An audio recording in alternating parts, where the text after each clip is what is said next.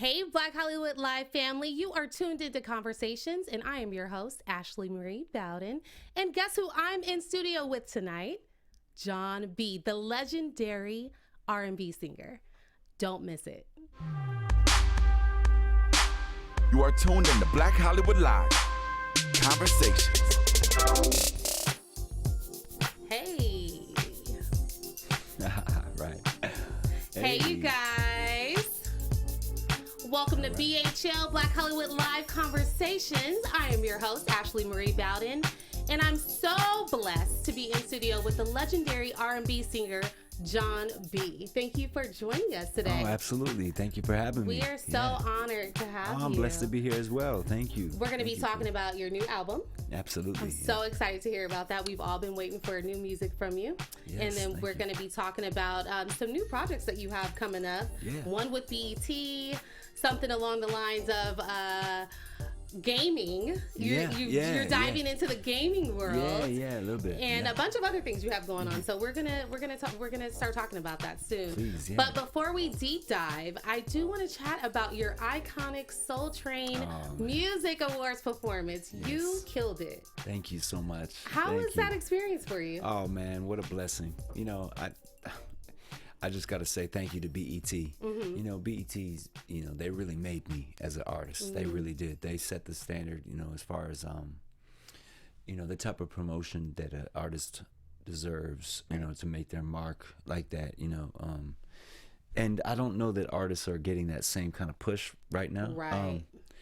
I was very, very, very blessed, very, very fortunate to have such an incredible push from BET early on. I mean, I can remember when I would have video blocks of more than one of my videos played back to back on BET, and I really felt that was reflective of the relationship that we had. Like, they had my back, and I had their back, and the culture's back, R&B's back, hip hop's back, you know what I mean, more or less riding on my back, you know what I mean, and taking that and really representing that. It's a beautiful thing that after all these years, they're still showing that kind of love.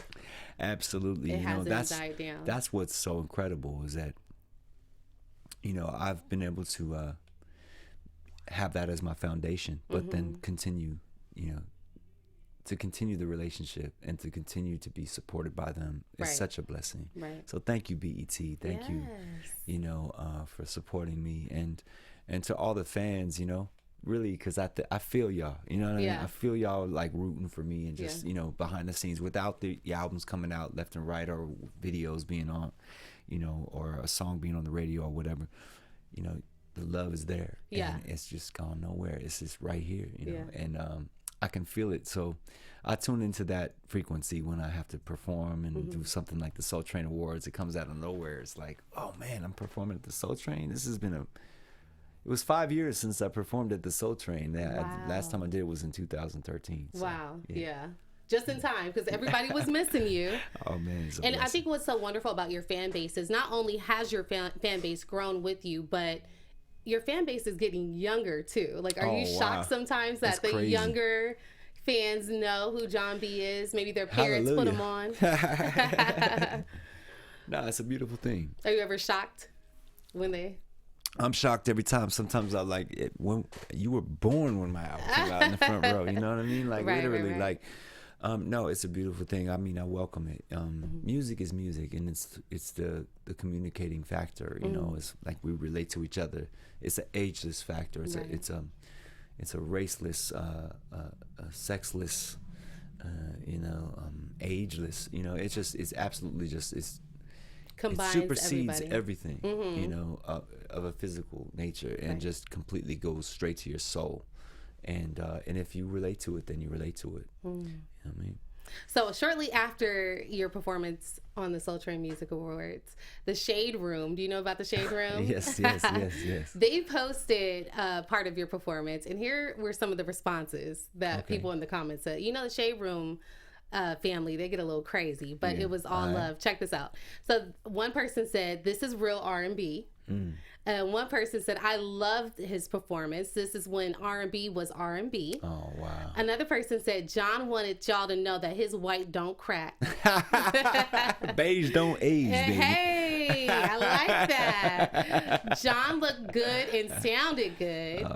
My man Jon B still looking like a snack. Oh, wow. Jon B had me in my living room screaming. Jon B is the king of R&B. Oh, wow. Jon is an icon. He paved the way. Jon B is a zaddy. What is a zaddy? Zaddy is like a fine daddy. Oh, a fine daddy. Okay. But daddy and not daddy in I'll take it. in the Hallelujah. in the nasty way. And then child Jon B is still fine. I just want to personally thank Jon B for looking and sounding good all these years. Oh, wow. And lastly, Jon B is married to a black queen. Yes, I am. Hey. Yes. Yeah. So how does that make you feel? Like knowing man, that my cheeks hurt right now. I know. Knowing that all on social media, everyone is like supporting you. They can't wait to hear your new music. No, how does that make you feel? I'm absolutely just, I feel very in my feelings right now in a good way, and just, it's a beautiful thing to be able to share this after so many years of caring about this music, to continue to care about it like this, and to know that this next album is going to be just as special as like the first album I ever put out. Right. Because people are paying attention again in a different way. And I feel like people kind of miss me in a different way and kind of been like, all right, what's going on with you right now? You know, how you been? There's that mystery. You've been able to maintain like that mystique that is not really available anymore, like for the celebrity world, just due to social media. I think that's due to my lack of interest in fame. Fame has never been something that I've been about or pursued. Fame has been a byproduct of being good at what I've always wanted to do, which is be an accomplished musician, accomplished producer, accomplished songwriter, and through doing that, producing songs, writing songs, recording songs by myself and with other artists, I've been able to gain a name and some notoriety as a songwriter and as a musician. So that's what's important to me. So if I'm going to be recognized for my music and the songs that I've written and the music that I've made, then great. But other than that, being famous for nothing is really worthless to me. Agreed. And I think that's why you've been able to maintain for so long, because your focus has been the music. Anytime the focus is the music, you see that longevity. I think real recognizes real at the end of the day. People can tell when something's authentic and when someone's reaching. And there's been times in my past, I'll definitely say, I was more authentic than others, but because I think everybody reaches at a certain time in your life. What's the time because you're searching for something new, But I think that really to remain in your element and just to know that there's nothing more, authentic than just being yourself and just really remaining true to your own beliefs and how you rock. You know what I mean? Just do you, as they say. Right. What's the time in your career where you would say you were reaching and maybe not being as authentic? The last, I wouldn't say it wasn't being authentic, but taking chances has always been the name of the game for me. Right. I've always been someone who ride that edge, and sort of to know the ledge, is to sort of know how too far is to go. You've fallen after that point, you know what I mean? You've gone over the edge. So, really to know the ledge is to just sort of like know where your limitations are and what you're about, what you're not about. Right. And I feel like, the moral behind my music, the genuine, spirit behind my music is one of love and one of positivity and something that, can last the time, last the test of time, what I mean? I think what's so dope about your music too, and a lot of people may not know this, is that you truly live what you sing. So like, you're a crooner, obviously, right? Yeah. Like you sing love songs and things like that, but you live that life. You genuinely love the idea of being in love and having a family and being married. Yeah. So that obviously comes across in your music. Well, so I think that's thank dope. You so much. I mean, I'm pretty much about my two girls, three girls, I would say. Yeah. Big up my wife, Danette, and just holding me down and everything. She's the one who holds me down with all the business, and she's like the other half of my brain. And then we have our two beautiful daughters, 11 years old, Azure, and going on she thinks she's 21. And then my 4-year-old who thinks she's 14. You know what I mean? So no, it's happening really fast, y'all. You ever feel singled out in the household? That's how God gets you back, man, for being a player in your early life. You must have been doing some wild things. Yeah. He's like, all right, I'm gonna give you 2 bad ones. You know, they're gonna be you got to send some like CIA agents behind them. You know, what are gonna be the dating rules once they get of that age? Wow, because that's it's like, heavy. how do you date Jon B's daughter? Yeah, you just gotta. You pretty much it's trial through fire, really. you can walk on coals and all kinds of stuff. So he better come and knock on the door. Yeah, please. I'll come on knock on his, and that'll be a bad day for him. I know, right? I mean, I think one thing for sure, people were very happy to see you again performing, but they were happy to see that your vocal game was still on point. A lot of times we'll see people take a step away, or what we consider taking a step away because we don't see them on that's what's wrong. People don't get it twisted. I never take a step away. What keeps your boy, afloat right now is the live shows. You know, I have never stopped gigging since the last time y'all saw me, prominently in the, on TV or whatever have you, on the radio or whatever. I never stop gigging. Right. One thing about these songs, they don't know, Are You Still Down? I Do What You Say, Boo. Don't Talk. Don't Say. Yes. These records have stood the test of time. People still want to hear those songs performed live. So I'm blessed to be able to have not just one, but a lineup of records where people can come out and just enjoy themselves, and I can take them back. And so really that is one of my main focuses, if not my main focuses, is performing live, and how to maintain my voice, how to actually get better with the time and age like with grace, and I think a lot of people tend to take for granted what they've been gifted with, as far as fans. After so long of having it just kind of tends to blur, and just becomes sort of your normal life, and it plateaus. So you don't have to really put as much effort towards it, and your hunger is sort of less than it was when you began. But for me, children, being married, getting older, dyeing the whites of my beard, you know what I mean, when I need to, you know what I mean? Okay. Those things are realities that it's like, hey, man, seize the moment. And when they want to see you in Alaska, go to them. When they want to see you in Australia or London or Japan or Shanghai or, Hollywood, wherever, just go to them and give them all you got. Yes. And you definitely do that. Thank you. All right, so I have to ask this question because people are wondering how you keep your white from cracking. We've heard the black don't crack phrase, right? So, but you're proving that white don't crack either. So what is your secret? I think love is an important, ingredient in our daily regimen, even as water or, food or whatever have you, is important for us to feel good. Love is too positivity, remain to be, in yourself. Don't let the world kind of like turn you into something that you don't want to be. Right. And I think that's what a lot of us are being turned into, because we're living in an age right now where there's a great deal of turmoil around us. Right. And a lot of it can influence us in our behavior and turn us into something that, it's where we're just walking around just mad. Right. Mad at everybody, mad at everything.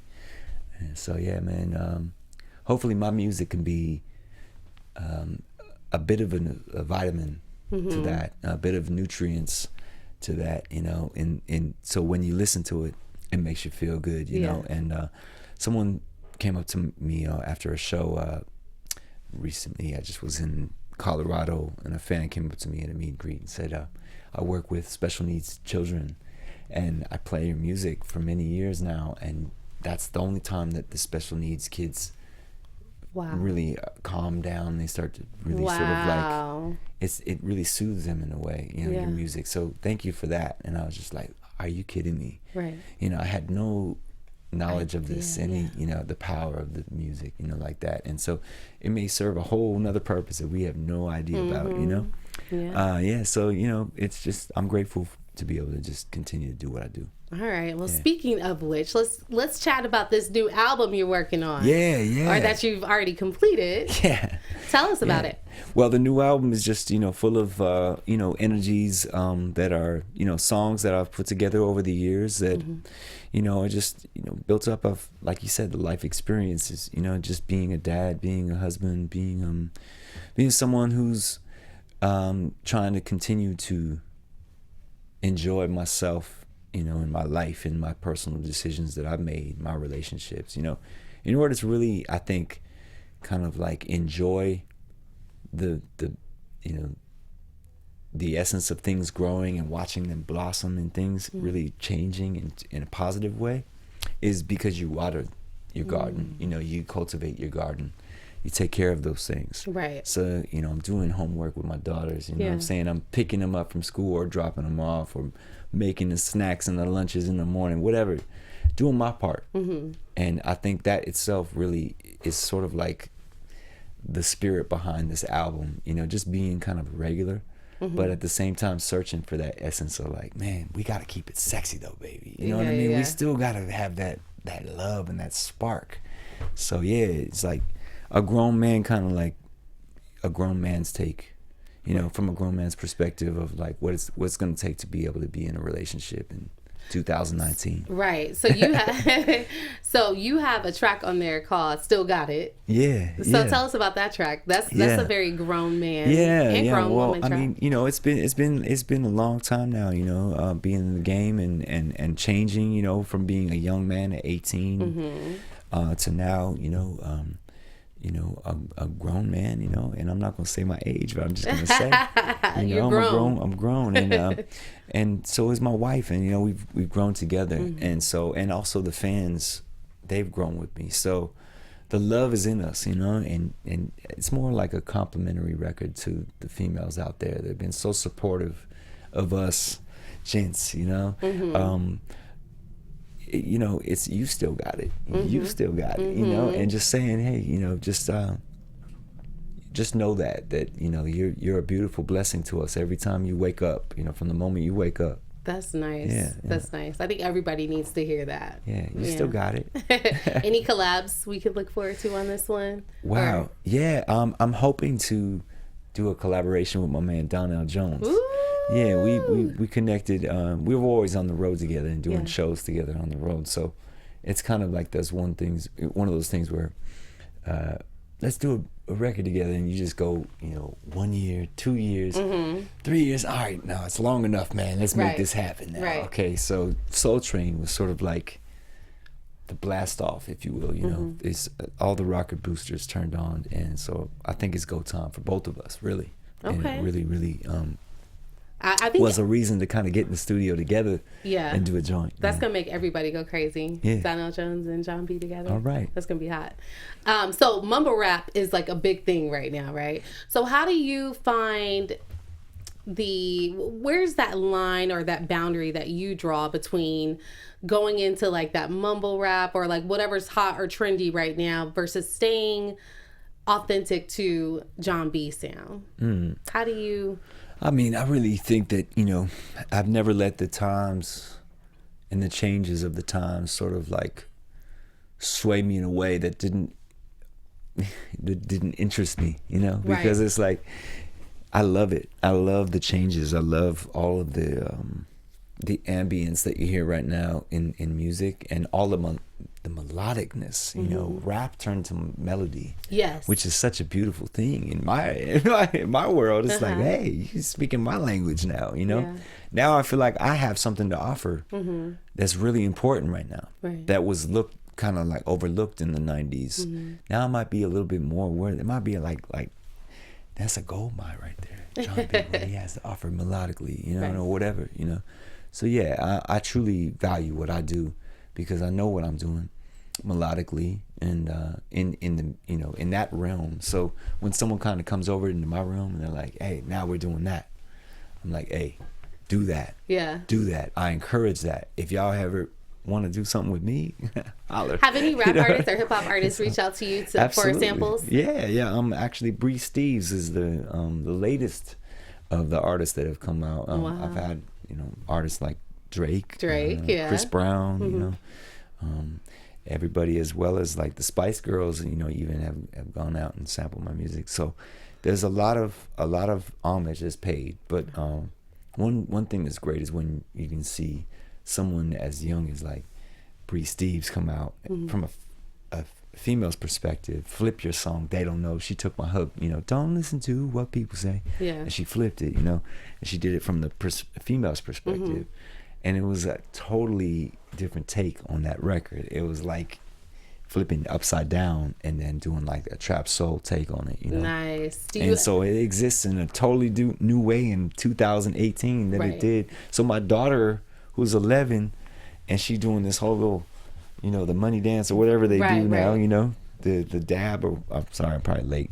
But, the dab is a little old. I'm a little old, but it's all man, it all stems from our dances that we did. Holler, man, come on, we opened the door for y'all. That's very true. You're not gonna make me feel uncool. Period. I am cool. Relax. Do they realize who you are? Do your girls realize who you are? Yeah, you know what it is even if they don't, they're gonna learn one day. They'll learn one day, right? Because right now I'm just dad. That's it. And she's like, I couldn't be the most uncool person to her. Right. But I think that honestly, her friends kind of remind her like, wait a minute, your dad is such and such, blah blah blah. He sings this song, and my mom loves him. And, and I'm like, what? Okay, wait a minute, okay. And then I'm getting little looks from like the, from the people who work at school after school when I pick them up. I'm like, okay, that was interesting, And these are fans that are sort of like supportive, but they don't want to be outwardly over supportive. Right. And I'm like, hey, it's all love. It's all good. I'm a regular dude, and I'm going to stop and get coffee in the lobby, you know what I mean? Just like everybody else, and talk to everybody else. I bet that shocks them too. It's a nice thing, man. Yeah. It's always a nice thing to be able to shock people with a bit of humility, if you will. It doesn't take a lot, Right. It's just a little bit. Now, are you on a major label right now, or are you independent? I'm independent right now. Do you prefer to be indie versus on a major label? Like, do you feel like it's necessary anymore? Well, what I prefer to be on is a label or be a part of something that sells records, because I sold millions of records. Yes. So anything that's a part of selling millions of records, that's how you rather it be, right? But the industry has changed, so we had to adjust with the times. And I don't want to predict my future, because I want to say my fans are still out there. There was still millions of people that went out and bought the album Bonafide, Cool Relax, and Pleasures You Like, and Stronger Every Day. So that being the case, I feel like kind of a sleeping giant, if you will. And when everybody wakes up and says, oh, there's a new project to support now, it's going to be something I feel like a lot of people took for granted, because good music is good music, right? And we need it. And it's not about it being like this guy's the best or whatever. It's about good music. So when can people look forward to getting your new album? I would say look forward to it in first quarter, definitely. Of 2019. Yeah, 2019 first quarter, and the first single is gonna be actually the song "Still Got It." Hey, yeah. So I love that. You still got it. That's all you get. Well, I'm looking forward to that. Yeah, absolutely. You have some other things happening too, right? Yes, you have a project with BET coming up. Yes. So I've been recently linked up with my the woman who basically gave me my start in my career, Tracy Edmonds. Yeah. She came to my house and we met about making music, and on basically how I would, offer my services, to her, new situation she's got going on as an executive producer for her new show called The Games Divas Play. And it's something that's completely out of my realm. I never really thought about getting into the TV part of it or the scoring part of it. I mean, it was sort of in my in my thought process, but it wasn't really something that I wanted sort of move into, this is priority right now. I'm gonna start doing this. Right. She came to me and offered me this, so it was a kind of a thing where sure, why not? Right. And let's see what happens. So I've turned in a bunch of songs, and we'll see what happens with the song selection. Okay. Because she has a music supervisor that's supervising the show, but I'm gonna be working along. Are these going to be your songs, or you're pulling from other artists? We'll see.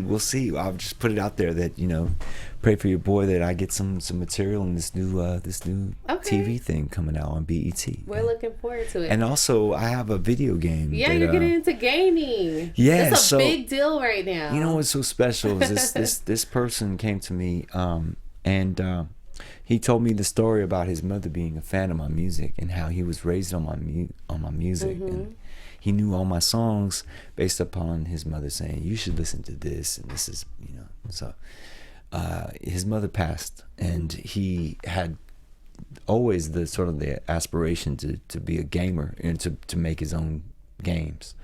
And so, finally when the time came for him to be able to get that opportunity, he needed a music supervisor. And so he basically came to me and he said, will you supervise this? My mother always loved you, and I can't think of anybody better to do it. So wow. I was completely, honored, of course, and we'll see what happens. But I mean, so you're doing a lot of behind the scenes stuff right now. Yeah, the story of that really touched me, though. It's just how I got involved. And you never know how your music is going to end up, sticking with people and affecting it. But I mean, that's a beautiful thing. I mean, these days, you really have to spread it around and try to find all types of different angles to be able to get your music, out there. Agreed. So, but when you first started, going back to your beginning phases and stages, Babyface actually mentored you, right? Yeah, he kind of took you under. Tracy Edmonds and Babyface both were the ones that signed me, and that Babyface was the one to work with me in the studio and produce me and write songs for me, helped to sort of refine my songs that I had recorded, and he'd help me get the proper additions to those songs, if it would need to be additional recording or additional production, whatever. We do it at the top level, and right away from the first album, I experienced things to be on another upper echelon type of level. This is pretty much like, it was a different sophistication, to really come into and to see, oh wow, that's how you record like a real song, on a big board in a big studio, and all that. Yeah, he was like thoroughly impressed with the fact that you wrote your own music too, right? Yeah, I think he saw a bit of himself. I mean, I've always told him he's the biggest influence out of anybody, because there's not too many people who actually sit down and craft the beat and program the beat and play the chords and play the bass line and then write the lyrics and write the song.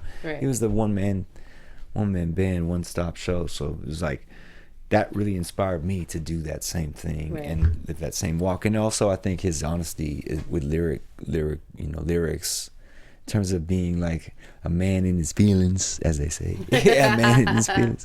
He like not afraid to express his feelings, and I think that's a rare, a rarity these days. You got so many people with bravado, and you got so much swag. You forgot, what reality is about. You know what I mean? That honestly, I just want to get to like an honest sentiment. Like, what can I hold on to past tonight? You know what I mean? Past the game that you're trying to give me right now. You know what I mean?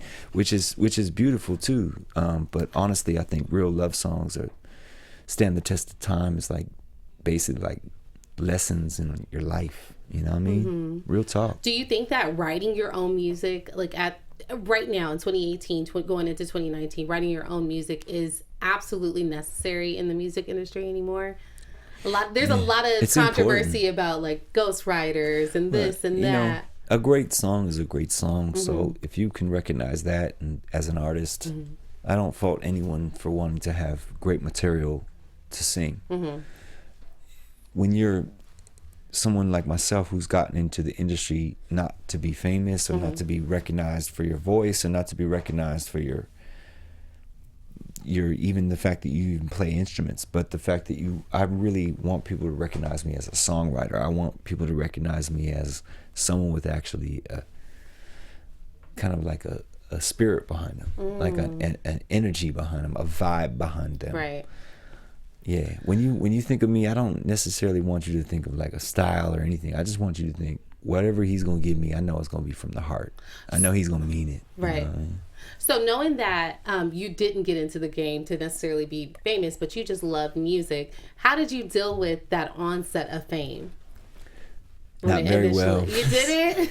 I haven't heard any like controversy about you, or I feel like you've overall just avoided fame. You know, anytime they be like, go to the Grammys or go to the AMAs or go to the MTV Awards or go to the VH1 honors or go to man, so I'm like, okay, yeah, am I a part of this? Am I being, honored or something? What is, why? It's not so much about like this feeling of that I'm better or that I don't really. I just feel like there's a part of me that could do this without the accolades or without the recognition. There's a part of me that's sort of like a lone wolf and just kind of survival is why I'm good with my fire over here and you know what I mean, and collecting my wood and what you know what I mean. And if I gotta like remain that that way in order to give you guys my art, then cool, because I don't want to have to maintain on something that isn't truly there. You know what I mean? You show up and then you're like, where's the party at? Everybody's like, nowhere. Do you feel like R&B is what it was, in the 90s and early 2000s now? Do you feel like maybe the younger generation doesn't? Yeah. Do you feel like maybe the younger generation doesn't embrace it as much? Yeah. Well, that's a sad thing to see that we sampled jazz records in the 90s and we gave everybody their clearances and we said, wow, I got this from, James Brown or, whatever, and you drew that lineage, you were able to educate that way. And so we were able to educate people on jazz musicians because they were you never heard that jazz record, but you Tribe Called Quest sampled it. So now you know who Roy Ayers is, and now you know who is, Ron Carter is. And so, there's an element to the history of music where we've been able to educate through just our willingness to have to acknowledge the past and just to be like, wow, what would we do without Michael Jackson? What would we do without Stevie Wonder or whoever, Prince or anybody? So paying homage is really important, and I think that my generation had no problem doing that. This generation right now is a little more prouder than I expected them to be, and definitely puts me in a position where back in the day we got called herbs, you know what I mean? Like we got called like fake, you know what I mean, for being like halfway in, halfway out of the culture. You were either in and part of R&B and hip hop, or you were a part of the pop, sort of like kind of like mockery of what that was. And I definitely made it known early on, like my roots were solid in R&B and hip hop. But I think the lines have been blurred over time now, and so now you really can't tell who's rocking with who. It's like a pop song, R&B song hybrid. Yeah, you see that a lot. So there's actually, I don't know if you've heard about this, but there's actually some R&B beef brewing right now. Who's that? Did you hear about that? No. Okay, so let me fill you in. So Jay Holiday is not feeling the fact that Jacquees recently called himself this generation's king of R&B. So Tank has weighed in, Pleasure P has weighed in, Tyrese has weighed in, but I want you to weigh in now. So in your opinion, who is the current king of R&B of this generation? I'm not even gonna touch that. You're not gonna. Yeah, not at all. There is no king. Anybody with that concept in your head, I'm the king. Come see me for your crown. I'll tell you right now, I'm the king. Come see me for your crown. Boom. You know what I mean? I am a king. We all are kings. And if you're not a king, then you need to look at yourself differently in the mirror king. Understand what it is. Yeah. Ain't nobody gonna give you your crown. You gotta take it for yourself. Okay. So Jay Holiday, man, regardless of what anybody's saying or what everybody thinks, man, if that man says that he's the king, then he's the king. It's not for you to speak on it, you know what I mean, or have any opinion about it. Just stay in your lane and do you. And I'll see you at the next show. Yeah. You know what I mean? Yeah. Pleasure, peace. Like, we can all drop albums. Man, let's get it, man. There's no need for anybody to feel some type of way about anything that anybody else is doing. Right. We grown men up in here, man. We got to get this money. Yeah. Don't get in the way of my money. That's what I'm saying. You know what I mean? Right. So, but you know, you're entitled to your opinion. But Jacquees, get your money, man. We was in Soul Train together. We was winning. You know, I know they invited us out to Soul Train, so that's okay. Maybe they'll invite you, you know what I mean, when it's your time to do your thing, you know, and that'll be a beautiful time. But right now, I really think it's the fame thing really, it drives people mad, man. You know what I mean? It drives people to say things that they don't mean. So honestly, just be happy for everybody, and that will keep it in the lane of like following the foundation of what's been laid before us as far as what R&B is really about, which is camaraderie and being down for your bro and being like, yeah, man, win. It's your time right now. Shine. But I also know what it's like to be a frustrated artist and kind of like in the wings and watching everybody else win. But if anybody knows like what that's like, I do. You know what I mean? I watched Justin Timberlake and Robin Thicke get nothing but props and awards all these years. I never won a award in my life, but I'm not complaining about it. You know what I mean? Yeah. Real talk.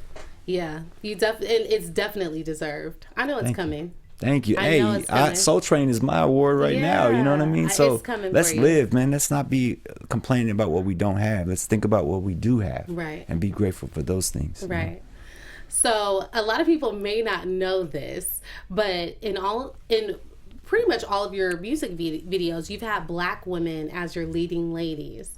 So why was the representation of a Black woman so important for you? Well, that's all I've ever dated. I mean, that's all I've ever been attracted to as a man. I mean, I can't tell you why God made me the way that he made me, but he did, you know, and that's been my walk. So that's my experience and that's my expression. Just being as a man, just being me, you know.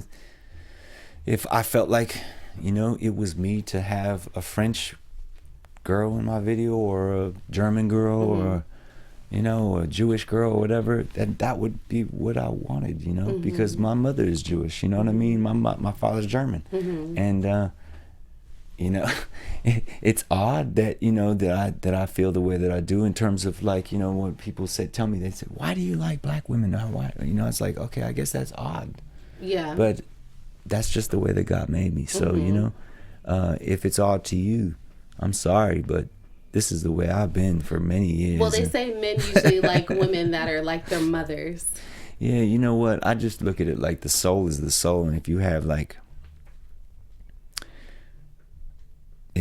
that sense of love and understanding and like my mother did and does, yeah, that's what they say guys want their mother, right? They want to marry their mother in a weird way. Right. Yeah, that's what happened. I got someone as good as my mom. As your mom. I would definitely vouch for my wife and tell you that. But I definitely married someone with the same attributes as my mother. Yes. Big up my mom, though. She's always number one. Though, yes, of course. So mental health is like a huge conversation right now. You've talked openly about going through kind of like a depressed phase, like a down phase in your life after you left Sony and your $200,000 studio burned down. You were going through a divorce at that time. So how did you overcome that dark time in your life? Wow. Well, God only knows, you know, because he's the one who's taking the burden away. Because I do believe in God and I do believe in the higher power and sense of when you don't have any control at all, you just give it up and you decide, hey, you know, and it's hard to be still sometimes. Yeah. But you learn stillness, and I think experience gives us that, you know. Sometimes some go to jail to experience it. Right. Some have a jail in their mind. Yeah. You know, we jail ourselves in our minds, and however the capacity. But you know, it's all about growth. It's all about change and growing through experience. And what doesn't kill you make you stronger, as they say. And I've had many records that have been able to be inspired by all of the experiences that I've been through. So, you know, I'm grateful for everything that I've been through, right, including the fire of my studio and the divorce and everything, because, you know, it turned me into the person that I am today. I really learned from my mistakes. I'm not one of those people who continuing to just live in this mindlessness of like, you know, I can continue to just live like I'm 21, you know what I mean? Because I'm no longer the guy that you see up in that Cool Relax picture up there. Although I love the hairline though. That hairline was popping. But you know what I mean? And so, but you know, you live to just embrace yourself as an adult, and you know, being that you've made mistakes, and you know, you own the mistakes that you made. But it's based off the fact that you've changed. You know, and I can honestly look at myself as a man in the mirror now and like, I'm all right. You know what I mean? Right. Yeah. So I do want to ask you, what's life like away from the stage, away from the studio? What's Jon's daily life like? I know you have the 2 girls. You do homework with them. You do all of that. But other than that, what else do you do? I mean, honestly, I love a good walk. You know what I mean? In nature. I do. I mean, I just am so fascinated with palm trees and succulents and like, you know what I mean, all kinds of different. Do you have a garden? I do have a garden. All kinds of plants in my backyard. I have a very, very lush backyard, and like a lot of different things to look at and water and feel good about, you know, because like I said, cultivate your garden, you know, and there's a lot of ways of being able to sort of like just be still. And in my life, I see a lot of go.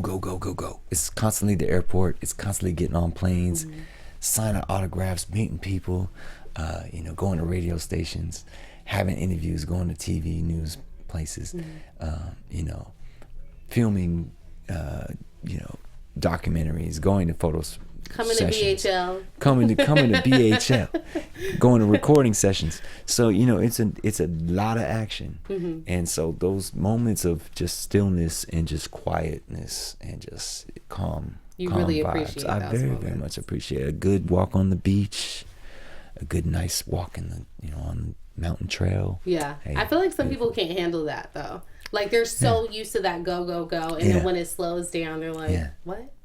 You just go make love on the trail somewhere. You'll be all right. You learn the way. All right. So I do want to ask you this. Now that you're a family man, lately there's been a lot of conversation about when it's appropriate for a fan to approach you, when it's not appropriate for a fan to approach you. Like, for example, Omari Hardwick had an issue with a fan approaching him while he was with his family. He was spending family time. Oh, okay, yeah. And the fan asked for an autograph and a picture. I heard about that. Yeah. I thought that was a little bit whack. I mean, I'm saying, Omari, you worked all this time to be famous, bro. Like, it goes with the territory. Like, that was kind of, like, you should have showed a little bit more class as a grown-ass man. You know, bottom line, so... So there's never really a time that you're saying no to fans. You know what? You're just in a bad mood that day. Okay. You know what I mean? Yeah. You've been trying to be famous for so many years, bro. Like, don't even front. Like, you know what I mean? I don't care, family or whatever, man. Come on, man. Like, this is real life right here, man. This ain't acting right here. This is real life. You got to be real. The acting stops and you go back to being a real person again. You know what I mean? So hello. Yeah. At least acknowledge your fans. All right, so I do want to play a game with you, if that's okay. It's called Rapid Fire Questions. Let's go. Very innocent. It's nothing too hard, but I just have a few questions to ask you. So, favorite collaboration that you've ever done? Tupac. Ooh, that was a dope one. Yes. What's your dream collaboration? I'd love to work with Duran Duran one day. Whoa, was not expecting that. Okay. Your favorite meal to cook? What? Your favorite meal to cook? Oh, You're like, I don't even want to say what I thought you said. Okay. Favorite meal to cook? I would say grilled lobster. Oh, okay. Coming over for dinner. Most ridiculous purchase. Where you were like, why did I buy that? Oh man, I don't know, because I don't really make frivolous purchases. Oh, you don't? Let me think about it. Okay, maybe, we'll come back to them. maybe. Yeah, let's come back to that. Okay. I don't know. What song would you do over if you could? Can You Stand the Rain by New Edition. Okay, Yeah. love that. Yeah. Are there any of your songs that you regret recording or releasing? No. No? Okay, love them all. All right. Which song from another artist? Well, you just said that. New Edition. Okay. Obama or Trump?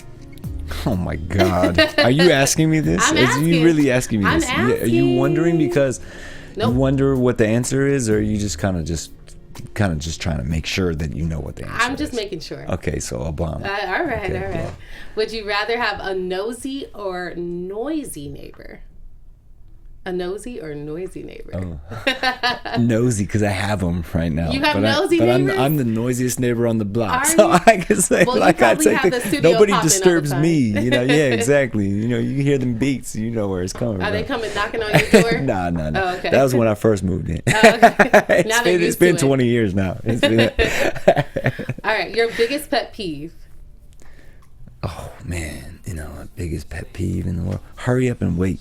Oh, yeah. Yeah. Okay. Hurry up and We wait. kind of did that to you today, huh? Oh, that's okay. That's my life. But that's pet peeve. Like that makes you patient, right? Yep. Okay. Build up Patience. that patience. I have a song called "Patient." I don't wanna be patient. Anyway. Love it. Yeah. Worst celebrity encounter? Oh God. You want to pass? You can pass if you...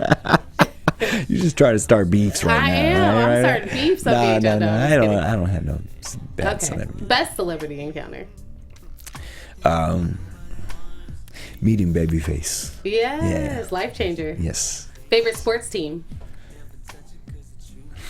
The Lakers. The Lakers? Okay. Hey, Shaq right. and Kobe style, baby. Okay. Back in the day, I'm classic. glad you set it up. You know Kobe what I'm or saying? Shaq Like then? that's yeah. You know what I Kobe mean? or Yeah, Shaq? Kobe for me. Yeah. Okay.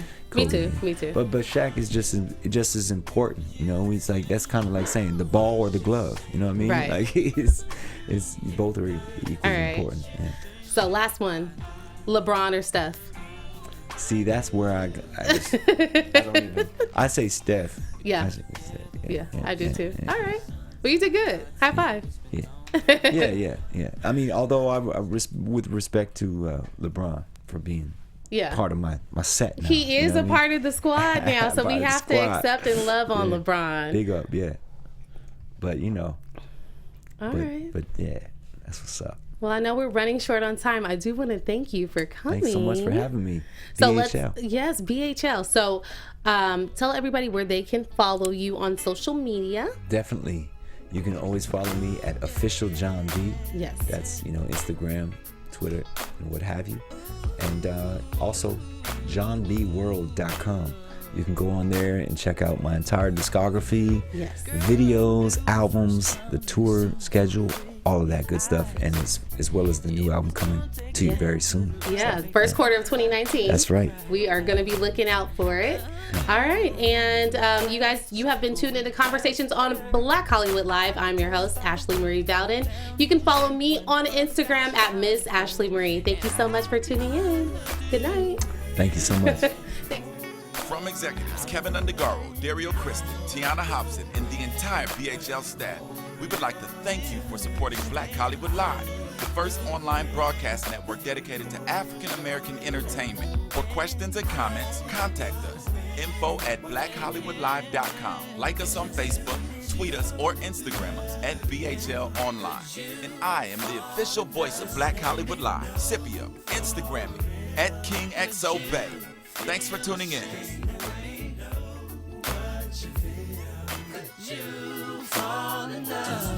The views expressed here are those of the host only and do not necessarily reflect the views of BHL or its owners or principals.